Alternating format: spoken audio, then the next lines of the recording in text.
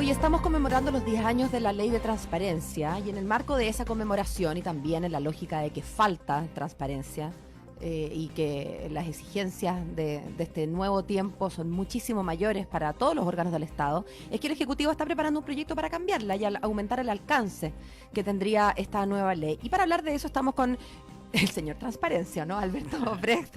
Él es... Por lo flaco, dirás. No, pobrecito. No lo vemos. No, yo digo porque él es director ejecutivo de Chile Transparente y es una persona que ha estado en el programa, es un tema que nos interesa mucho y que, bueno, por cierto, sabe mucho de estos temas y es bien siempre útil conversar con Alberto y tu mirada. ¿Cómo estás, Alberto? ¿La paternidad es lo que te tiene tan flaco? No, no ¿Ha solamente dormido la poco? paternidad. ¿Ha dormido poco? De hecho, en la noche anterior dormí poco, sí. Pobre. Así es la vida de pero los así es la vida, padres. estamos muy felices. En todo Qué caso. bueno.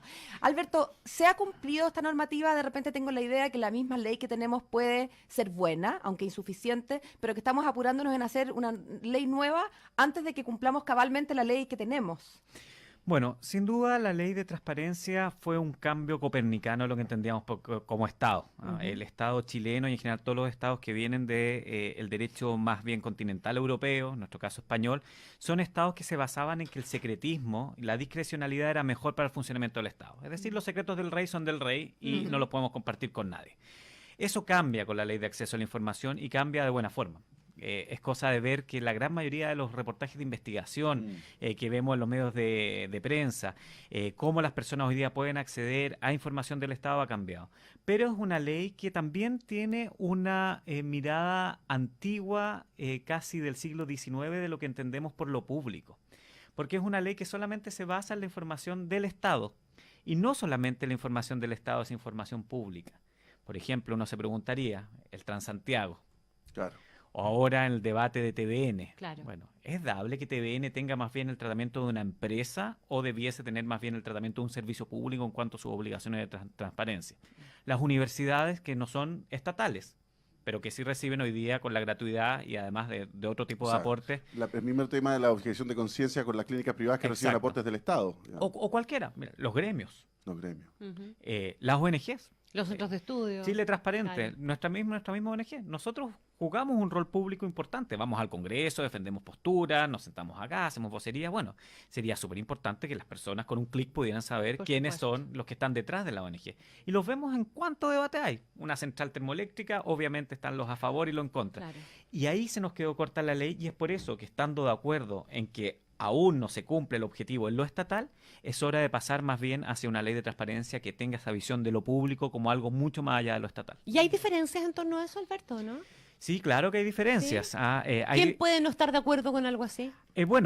obviamente, y esto lo he hablado en muchos foros, seminarios, hay algunos que creen que, bueno, el hecho de ser privado requiere que no hayan estándares de transparencia más allá de los estándares de transparencia para los directamente involucrados. Por Pero ante el ejemplo, argumento que te da socios. José, ponte tú, con el argumento que te da José Luis, en este caso, quienes reciban recursos públicos y le presten servicios al aparato público o entreguen o vendan, claro, vendan, lo que sea, ellos no debieran, bajo solamente ese argumento... Yo iría mucho más allá. Cualquiera que cumpla una función pública, más allá que Exacto. reciba o no reciba recursos. Sí. Pero ¿qué es lo que dicen los que son detractores de esta extensión de las normas de transparencia? Dicen, bueno, es que el Estado es el que rinde por ellos. Entonces, por ejemplo, hoy día, si yo le quiero pedir rendición de cuentas a un organismo colaborador del Sename, yo le hago una solicitud de acceso a la información al Sename. Pero lo lógico sería que ese organismo colaborador tuviese una estructura de rendición de cuentas. Además que hay un tema de economía procesal ahí o de economía, digamos, ¿no? Bueno, el compra huevo, de ir a uno pedirle por el otro y por el otro. Por supuesto, de economía por una parte, de modernización del Estado, pero por otra parte de transparencia. A mí me toca constantemente juntarme con organismos que son colaboradores del Estado. Hoy día nosotros vivimos un estado de transferencia. El Estado ejecuta muy poco desde el punto de vista, cosa que podemos considerar bueno o malo. Esa no es la discusión. De hecho, convoca a hacer bingos para tapar goteras. Bueno, bingo que ojalá los premios se entreguen de manera transparente, Claro. que por lo demás está prohibido por los funcionarios públicos entregar ese tipo de premios. ¿Ah?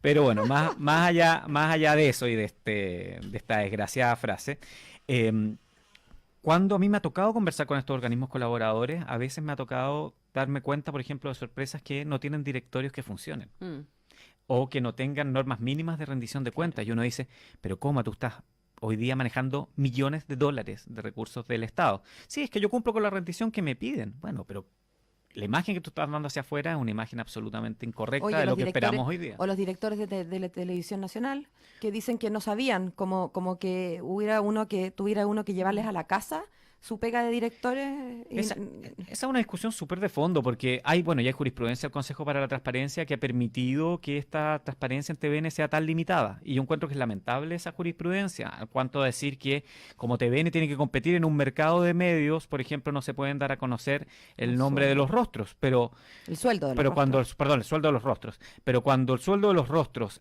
viene de nuestros recursos, cuando se le están inyectando recursos extra, y además uno tiene que es cosa de ver la historia, bueno, ¿por qué algunos se mantienen más tiempo y otros se van? Uno dirá, bueno, ¿será muy alta la cláusula de sacar a uno u otro?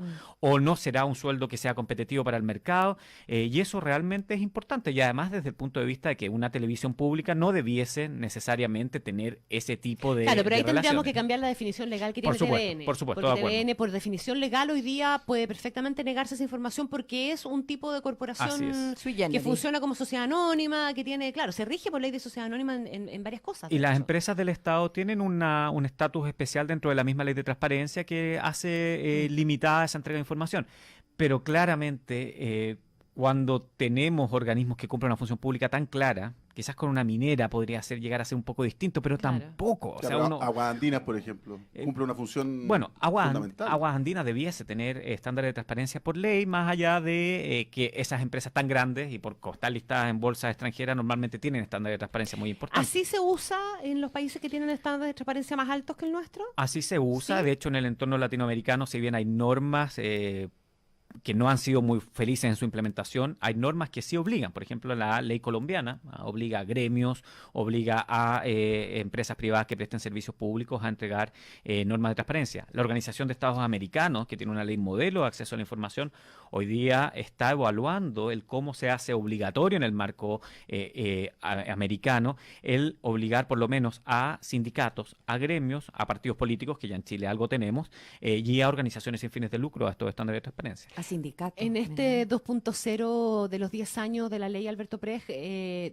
¿va a ser incorporado esto? ¿Está en el debate? ¿Está en el proyecto del gobierno incorporar esta parte de acceso? Yo entiendo que está en el debate, en el entendido que lo que decía Paola también es cierto, que esta ley ha funcionado bastante bien en alguna parte, Sí. como el aparato central del Estado, y muy deficientemente en otros. Seguimos con esta discusión eterna de los informes parlamentarios, que lo hemos hablado acá Ajá. tantas veces. Eso, Sí, pues. eso, si yo le pido un informe hoy día al Ministerio del Interior, me lo va a entregar. Pero Quizá el Congreso no. el Congreso no me lo va a entregar. Y la norma es la misma. Entonces, ahí hay un absurdo. Y por otro lado, también yo creo que es el momento para poder analizar el gobierno corporativo del Consejo para la Transparencia, que tiene los mismos problemas que tiene, por ejemplo, el de TVN. Es binominal, no necesariamente llega a los mejores, aunque hemos tenido muy buenos consejos para la transparencia, eso hay que decirlo. Pero hay un riesgo ahí que esto finalmente, como han ocurrido en otras instituciones, se vaya desgastando y podamos terminar esto en una especie de pago político más que tener a las personas más aptas ahí. Alberto, tú dices, entiendo que sí, a propósito de lo que te pregunta Connie sobre la propuesta de ley del gobierno. Entiendo que sí significa que no han conversado con ustedes, que son como un interlocutor natural, ¿no? El gobierno lo que ha hecho y que no es reprochable hasta el día de hoy es formar una mesa con organismos del Estado. El Consejo de Defensa del Estado, la Contraloría General de la República, el Consejo para la Transparencia y la son puros Secretaría de la incumbentes. Presidencia. Puros incumbentes. Y nos ha señalado que va a abrir esta conversación. Informalmente nosotros con el gobierno estamos en constante colaboración, nos Sí. están pidiendo normalmente ayuda. Además, bueno, estos son temas que públicamente en lo personal y en lo colectivo nosotros hacemos. Mi memoria de grados es de este tema, entonces es como el libro de referencia. Entonces se ocupa mucho y uno de los puntos que efectivamente nosotros de la sociedad civil estamos poniendo hace mucho tiempo es que lo público sea sinónimo de transparencia y no necesariamente lo estatal Estatal. sinónimo de transparencia. Ujú. El Parlamento, perdón, el Parlamento tiene serios problemas de transparencia. De hecho, está abierto un debate sobre las comisiones del Senado, que no han permitido el acceso a la prensa acreditada en el Congreso a varias sesiones. Sesiones donde se discuten, por ejemplo, cosas como la ley antiterrorista, cosas como la discusión sobre el cohecho, las penas para el cohecho, y el Senado se resiste a abrirse. O sea, pareciera que son un grupo privilegiado que cuidan, digamos, los contenidos de las comisiones, no permitiendo que entre la prensa, y pese a que deberían tener o tienen la obligación de ser transparentes. Sigue habiendo una mentalidad en algunos senadores que es absolutamente contraria incluso a lo que ellos mismos han aprobado desde el año 2005 en adelante. hubo una reforma constitucional, si acá no estamos hablando de algo muy nuevo ni No. innovador. ¿Ah? Claro. Y nos llama la atención porque esas mentalidades que son cruzadas, de izquierda y de derecha, lo que te señalan es que para el buen funcionamiento de una comisión se requiere secreto, sea cual sea el tema.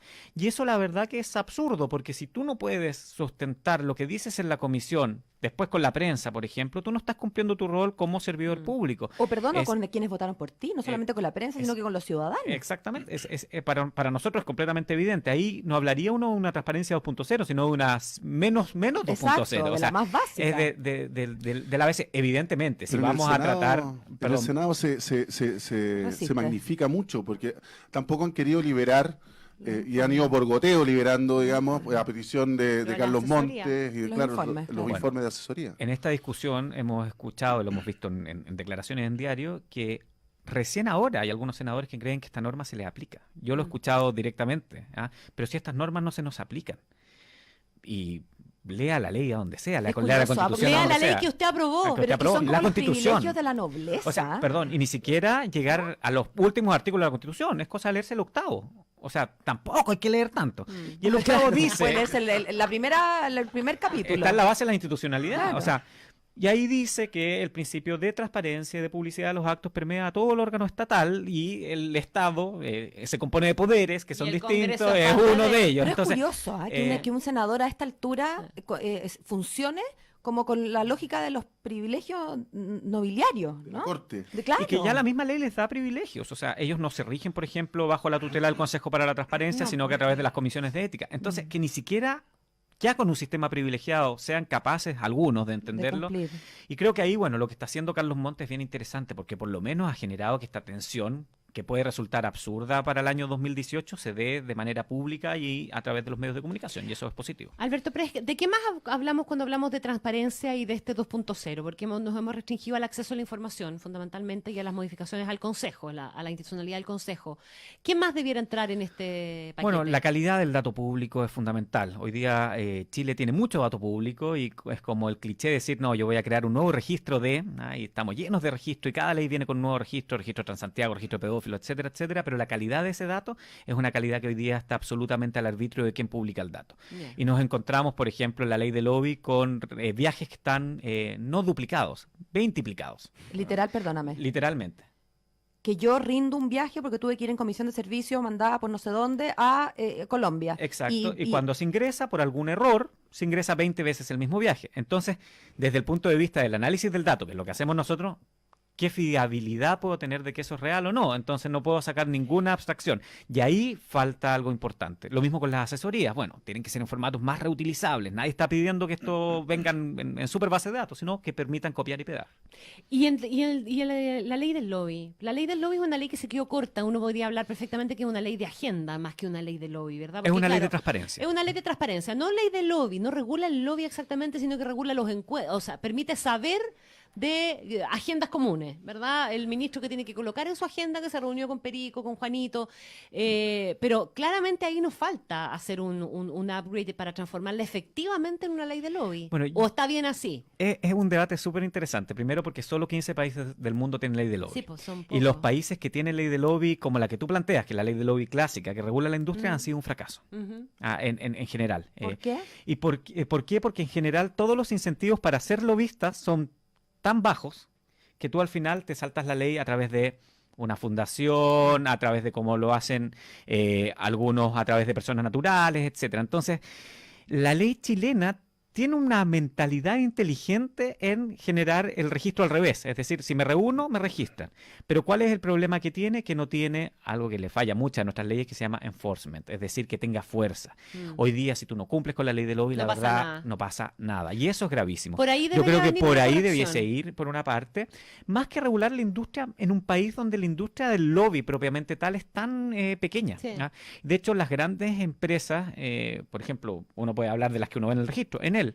Enel no contrata lobistas externos, tiene propios. lobistas propios. Entonces, tiene sentido regular una industria que al final sabemos quiénes son los nombres y que los vemos a cada rato. Y uno además. sabe que los gremios también, ¿verdad?, actúan como lobistas. Bueno, y por eso la agenda funciona en ese sentido, porque eso- todas esas reuniones quedan marcadas. Eso es lo otro positivo, porque en general en las leyes de lobby que son más hacia el lobista, los gremios, las ONG Quedan quedan excluidas. como de interés colectivo. Claro, quedan Y fuera. perdóname, ninguna ONG, incluso la que yo representa intereses colectivos. Nosotros representamos los intereses de un directorio, de una asamblea de socios, yo soy un empleado finalmente, y eso hay que reconocerlo sin ningún claro, tipo si de estás problema. discutiendo una ley como la ley de pesca y recibes a la Asociación de Industriales Pesqueros del Sur y después a Claro. los del Norte, pues, cada uno de ellos es un Es un defensor lobista, de sus pues. intereses. Así es. Claro, en estricto rigor es un lobista. Es un lobista. Y además hay que perderle miedo a la palabra lobby, si el Es que lobby está es asociada- fantástico. es que eso es que yo creo que hay Demonizada la palabra. hoy en día quedó asociada probablemente, quizás en parte por culpa nuestra, de la prensa, pero quedó asociada a una palabra como entre el lucro y el lobby, ¿no? Las dos palabras, L-word, así las palabras con L, que no se pueden nombrar. El problema es que, y yo esto lo escucho muchas veces, que dicen, bueno, que como la connotación es tan mala no podemos regular. No. No. O sea, No es si la correcto. connotación es mala, bueno, vayamos cambiando la connotación. ¿ah? supuesto. Expliquémoslo bien. además. Y por eso yo insisto, la ONG hacemos lobby y no tiene nada de malo que lo hagamos. Y alguien podrá estar diciendo al lado, pero ¿cómo es posible que esté diciendo si el lobby es un delito? No, el lobby no es un delito. no, El es lobby una es la práctica. posibilidad que un ciudadano cualquiera tiene de influir en la toma de decisión de una autoridad Y pública. allá verá la autoridad si lo Si toma lo o hace, lo lo deja. deja, exactamente. Exacto. Y si se hace en buena lid, no tiene nada malo per se. Nada de malo. Claro, claro. Alberto, ¿dónde está la línea donde está mi propia libertad como empresa, como actor dentro de la sociedad, de ser fiscalizado por transparencia y donde donde estoy obligado? Es decir, ¿cuál es la línea que vamos a marcar? Porque estábamos hablando del alcance mucho mayor que tiene que tener esta nueva ley 2.0. Entre que yo en mi empresa, si es mía, hago lo que quiero, Exacto. pero si es algo público, pero con dineros privados, bueno, problema mío, sea, yo veré ¿dónde- si contrato a mi hijo. ¿Dónde está la línea? Porque también hay grandes corporaciones que por muy desapegados que estén del Estado, tú dices, cumplen funciones públicas. Pero, no sé, pues, estoy hablando de los grandes retailers, por ejemplo, no sé. Bueno, ahí lo que se toma son lo que se denomina criterios de decisión. Obviamente, plata pública, transparencia. Función pública, transparencia. Composición de los órganos también. La historia de las empresas muchas veces también es importante. Y por supuesto que no estamos hablando de los mismos estándares. O sea, no me imagino que una empresa de agua tenga que su director tener una declaración de patrimonio e interés. No. Lógico. Pero sí, por ejemplo, que las transferencias que le hace el Estado por obras sean efectivamente publicadas en su página web y no en la página web de la superintendencia, por poner que eso se hiciera así. Pero esos criterios de decisión son los más importantes. Platas públicas, los directorios, las composiciones de sus directorios y la función pública. Yo me quedo con la tercera. O sea, donde hay función pública debiese haber al menos un grado de transparencia. No estamos hablando de cosas muy ¿Cómo difíciles. se definen los grados de transparencia? Hay estándares base y estándares progresivos. Estándar base, ¿quién soy? ¿Qué es lo que hago y cómo lo hago? Y estándares progresivos ya podemos ir a sueldo. el sueldo, etcétera, o sea, el sueldo, la declaración de patrimonio de interés, la agenda de lobby, pero en general lo mínimo es saber con quién yo tengo al frente. Y puedo ir mucho más allá. Lo que hoy día se está discutiendo en el Reino Unido bastante avanzado es que, por ejemplo, existan registros de dueños reales de empresas. Es decir, ¿quién es el dueño de una empresa? En Chile esa es una discusión que ni siquiera está en pañales, está antes del uso de pañales. Sociedad anónima, como dice... Y eso es gravísimo, porque al final, si tú no sabes quién es el dueño final, tenemos cascadas. Si Claro. tú no sabes quién es el dueño final, tú puedes tener posibilidades de lavado de activos mucho mayores. ¿Qué es lo que ocurrió en el Reino Unido? ¿Por qué ocurre esto? Porque los grandes dueños del real estate en Londres eran cleptócratas nigerianos. Obviamente con empresas puestas en Channel Island, absolutamente lindas, con nombres muy británicos, pero con dineros que venían del petróleo mal habido en Nigeria. Mira, qué bueno. Reactivo. Ya pues, don Alberto Pres, siempre un agrado conversar contigo. pues, ya hasta la Muchas próxima. Para gracias mí, por venir. encantado. Espero estar más repuesto la próxima vez. Ya me Ay, encontraron pero tan si flaco. tú partiste echándote el agua, nosotros Eso no se te arregla, pase por cualquier esta oficina y siempre hay cosas para comer. Vamos a hacer. No, puede ser considerado algún tipo de dádiva, así que no. Es verdad, pobre. Con dos Estamos cazuelas, haciendo, claro. Te voy a haciendo regalar lobby. una negrita que tenía guardada por ahí. Muchas gracias. Gracias, por la Alberto. Gracias a invitación. ti. Chao. Oiga, y antes de la pausa, si quieren estar siempre informados, conéctense con Ahora Noticias, el noticiario de Mega que entrega toda la información y todos los temas contingentes a cada minuto y por todas sus plataformas. Infórmate, comenta, comparte. Ahora Noticias, si te afecta, nos importa.